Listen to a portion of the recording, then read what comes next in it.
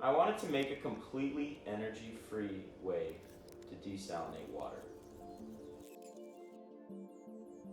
So roughly 71% of the Earth's surface is covered with water, but 96% of that water is salt water, so we can't drink it or use it for agriculture. The concept of Freidesal was inspired by illustrations of primitive solar stills that could be used to extract fresh water from ocean water in survival situations. I was curious to see if this could be applied on larger scale in order to meet commercial-sized demands for fresh water. Each of these constructed would be considered a unit, a solar still unit. The cross-section of each solar still unit can be constructed with simple Euclidean geometry. First, draw a semicircle of radius 1, and then a semicircle of radius 1/2. Bisect the angle, and then bisect it again.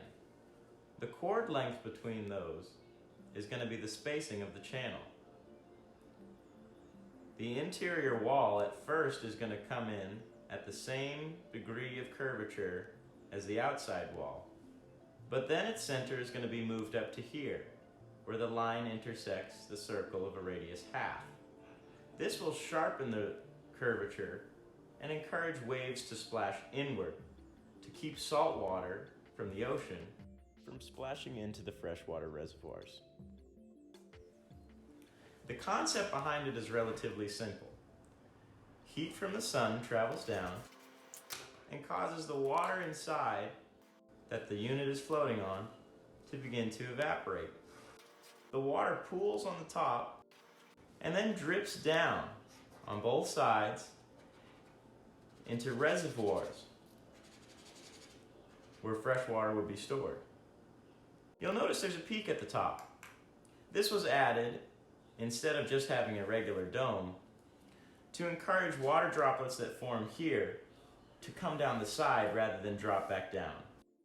Even if it was scaled up to the size of a car, a single solar still unit wouldn't produce a significant amount of fresh water.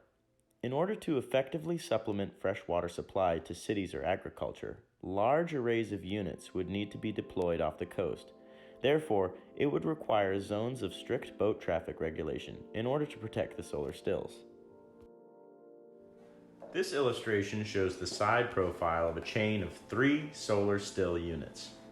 Instead of just having a flat bottom, however, these units have a pitched bottom. This will force the water in one direction.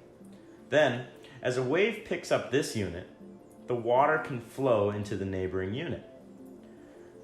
Again, the pitch forces the water in one direction, and again, as the wave comes, the water in this unit can flow into its neighbor. This is how we convert the up and down motion of waves into a unidirectional trend, pumping the water inland. After a few days of thinking about it and drawing up ideas, I decided to put my theory to the test. I constructed a model out of a clear plastic soda bottle. I filled a container with water and salted it with regular table salt.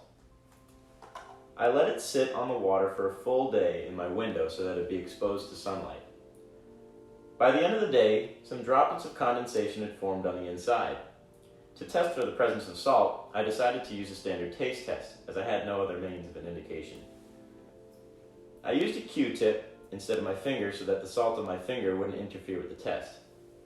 I ran it along the inside and placed it on my tongue. It was fresh water. As a control, I used a fresh Q-tip in the container of water with the salt. When I placed that one on my tongue, you could taste the salt.